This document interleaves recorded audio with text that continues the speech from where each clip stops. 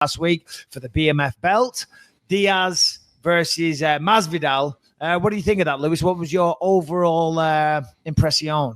Yeah, I want to hear these guys talk more shit on each other, but I think we've discussed it before. They're not going to. I thought that they might get into it just because there's such Diaz and Masvidal both have this thing about them where I feel like they have to almost make themselves not like their opponent.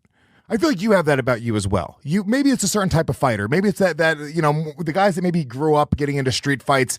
I guess if there is a line drawn between the fighter, the real fighters versus sort of the athletes. I know there's like a Venn diagram there, and there's a lot that are both. But I think a lot of those guys that you see that you would consider like a little bit more of the fighters. Yeah. They get themselves emotional. They seem to get themselves like worked up, and so I'm hoping that as we get closer to the fight, we're going to see these guys take more shots at each other, get a little bit more personal, get a little bit more emotional, because they're obviously going to have a great fight no matter what, but what else can we add to it to sort of get ourselves more and more excited?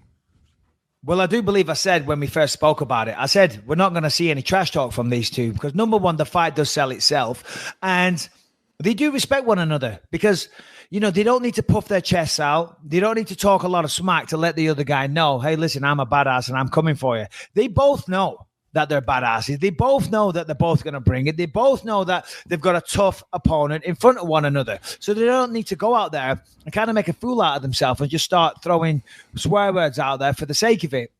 As I said, the fight sells itself. Now, if you're a fan, yeah, it's a little disappointing, because all those people went out there. There was a massive turnout in New York, and, people like it. Regardless of what you want to say, it is interesting. It does get clicks. It does get hits. It does get viewers when two people start talking shit and going back and forth. It's fun, and it does hype the fight. But I knew that wasn't going to happen, and it was short and sweet. I think it did the job.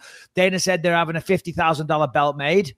So a little bit jealous that wasn't floating around when I was fighting, because I'll tell you right now, I'm the baddest motherfucker in the UFC. So fuck all them. Okay. Is it going to look like a regular UFC belt, or is it going to be a completely different design? I hope so. I hope it's different. I mean, I don't know. I have no info on that.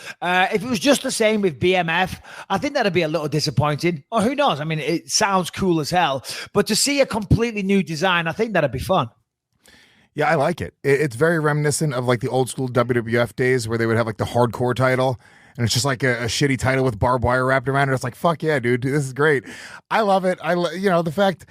I usually would shit on the UFC for throwing a belt on a non-title fight. I do it all the time when they do it with the interim fights, but this is at least fun and unique, and it's like, it's definitely just for the fans. It's just for the people that know what's going on. I don't think they're doing it for marketing purposes. Yeah, so I've got two opinions on this, and I've changed my mind to basically what you just said. A little part of me does think, and I'm sure I'm not the only person that said this, a little part of me thinks, oh man, if I was the champion and they were in my weight division, they're undermining my belt. But they're not. They're not undermining it. They're making it a fun fight. They're adding a fun gimmick to an already awesome matchup.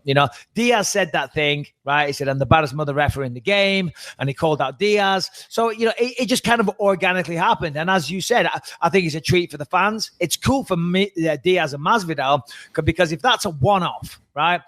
Dana already said it's going to be worth $50,000. If that's a one-off belt, the one that's only ever made, that thing is going to be more treasured than any UFC belt ever made. You know what I mean? Because there's only one of those. So number one, that's really cool. Secondly, I think we're going to see that defended here and there. Do you know what I mean? Because if the winner fights again, the BMF belt has to be on the line. It's just a little bit annoying that it stays in the 170 division. But I respect the BMF belt more than I respect the 170-pound title. Look, Usman doesn't want to fight this guy, and Woodley doesn't want to fight this guy, and that whole whatever's going on with those guys, I guess they said they offered Colby both Usman and Woodley, and he turned them to both down. So I guess it is Colby, which I don't know. I don't know what's going on. Apparently Colby behind the scenes is a really nice guy. That's what a lot of people tell me that know him. He's like a really, really good dude. He's not actually a shitty guy at all. He's just sort of trolling people. But the fact that he's not taking these big, massive fights that are being offered, or did Usman turn down Colby, or did Colby turn down Usman? I'm sorry. Harrington. Turn down Usman. So Dana said Colby turned down Usman, and they also offered Colby Tyrant, and he turned him down as well. Yeah, I mean, I don't know what's going on with that. And I mean, if you're Colby, how are you turning down a title fight against Usman? It's just insane. I mean, here's a man that's wanted a title shot forever, and he gets the title shot, says he wants more money. Now, listen, I get it. Everybody wants more money, right? But we are also under contract. Now, listen, on occasion, because, I did it myself as well, so I can't throw too much, what's the word? Too much, whatever. I can't talk too much shit because I did it myself. You always want to get more money, but you do sign a contract. So there's two sides to that. But if you win the belt, if you believe in yourself and you become the champion, then the money's going to come. The pay-per-view points are going to come with every single fight. So if you truly believe you're the baddest man on the planet in that weight class, then you should take the fight anyway. So he turns that down. Then they say, how about Tyron Woodley? All right, listen, already you're taking a backward step. If I was him at that point, I'd say, okay, well, hold on. Give me the Kamaru fight. I'll take the offer that you said. Because fighting Tyron Woodley, no easy fight for anybody. And if you lose that, you ain't even sniffing a title shot. And he probably would have got pay-per-view points on the title fight anyway. So this here is a big mistake for Colby Covington. He's playing the game all wrong, in my humble opinion. Maybe there's more things going on behind the scenes that I'm unaware of. I'm not privy to all the information. I don't have no relationship with Colby, and the UFC don't tell me things. It's none of my business. So maybe there's more to it. But from what we're led to believe, what we see in the news, it looks like Colby's making a massive mistake here. Yeah.